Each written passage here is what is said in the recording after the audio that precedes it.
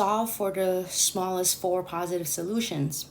So the goal in here is to get the value of the angle x, and once we have the angle families that represent the x, we're going to plug in different values for k, and then that's how we get to the smallest four positive solutions of this problem. So first thing first, let's copy down the equation, and after that, the goal in here is to match the left-hand side of the original equation that we have in here to the right-hand side of this is what we call the sum and difference identities, right? And then in here, if you notice, the psi of x should be matching with psi of a, and similarly, cosine of x would be matching with cosine of a. So cosine of b and psi of b are not like here, right? So we have to pop them out. So let's think of it like there's an invisible 1 in here to represent the cosine of b. And similarly, there would be an invisible 1 in here to represent psi of b, right? So let's give them some name, right? So for the first one, let's call it an x. And a purple 1 in here, let's call it a y. And first thing in here is that we're going to get the r, the radius. And the formula in here is r squared equals to x squared plus y squared. Okay, and then we're just going to do a plug and chug game in here. So x equal to 1, I'm going to put 1 in red in here to represent the red 1. And then square according to the function, according to the formula. And then y is a purple 1, right? And then back to the formula, we have another square in here. 1 square is 1, the other 1 square is also 1. 1 plus 1, we have a 2. So at this step, we know that r squared equals to 2. So in order to get the value of the radius, we're going to take the square root of both sides. So square root in here, square root in here. And then we're going to get the radius equal to square root of 2. After that, what we're going to do is that I want you guys to take the square root of 2 and divide everything on the original equation by square root of 2. Okay, so let me just copy off what we have for the equation in here. All right, just copy it off. And then after this, we're going to divide everything off. Okay, so let me just get rid of this. Okay, so in here, what we're going to do is that we're going to divide everything by square root of 2. And instead of putting everything over square root of 2, I'm just going to put the number part over square root of 2. And it's really ugly to have the square on the bottom of any fraction. That's why we're going to rationalize the whole equation by multiply everything by square root of 2. Okay, so what we're going to do is that we multiply the top and bottom by square root of 2. Let me do it in orange. So if I multiply both top and bottom of each fraction by square root of 2, right, this is like the step for it. What we're going to get is that we're going to get square root of 2 over 2. For the first one, let me put it in red. So we're going to get square root of 2 over 2.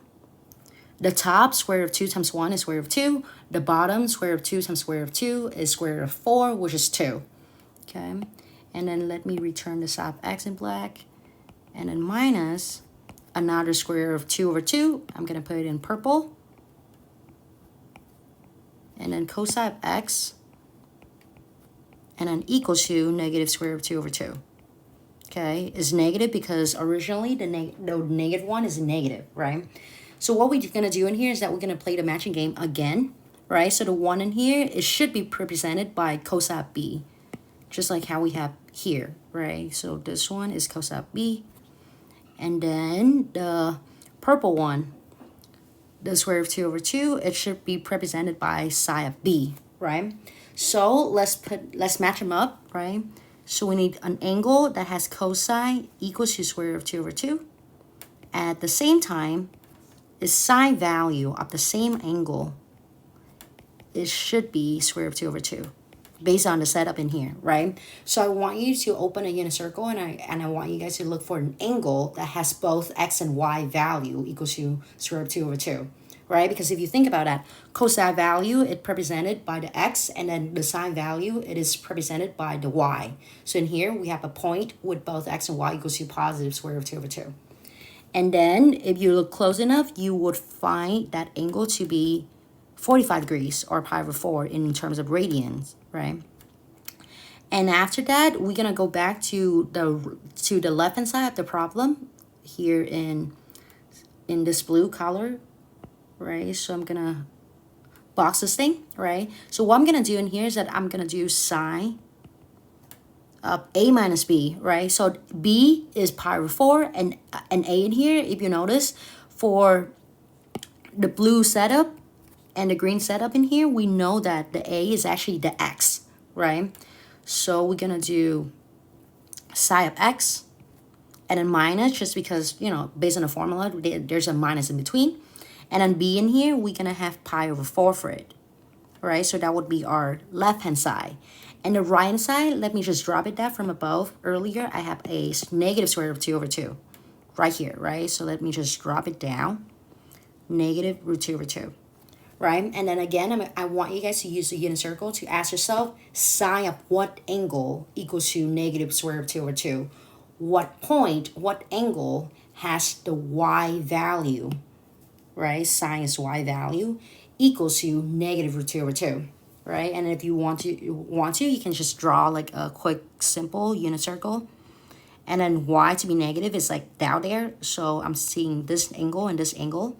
On a unit circle, you will see it equal to 5 pi over 4, and the other one would be 7 pi over 4, right? So then our angle in sine, x minus pi over 4 in here, it would equal to two values of 5 pi over 4. That's the first one. And make sure you attach the plus 2k pi, right? Because it's like within the first unit circle. And then the second angle, it would be 7 pi over 4.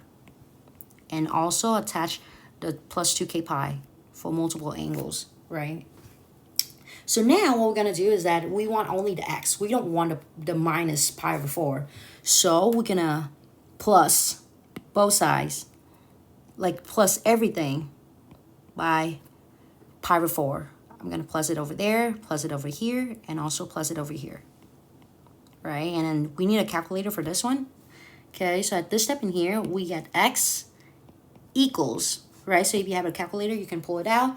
5 pi over 4 plus pi over 4, or if you have, like, you know, a calculator that doesn't take the input of pi, you can just simply do pi over 4 plus 1 over 4, right? And it's going to give you 6 over 4 or 3 over 2.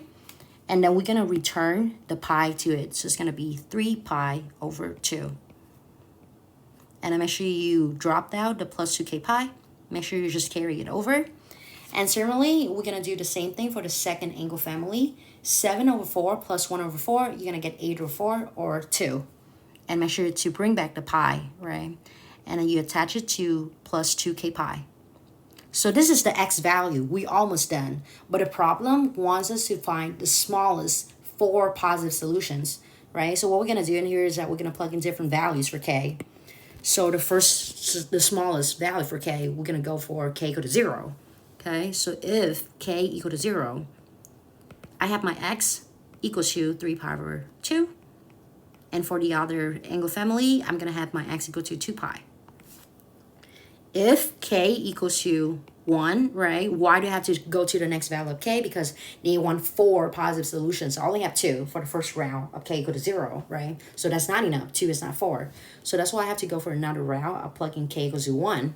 And if I do so, in a calculator, if you want to, you can put 3 over 2 plus 2.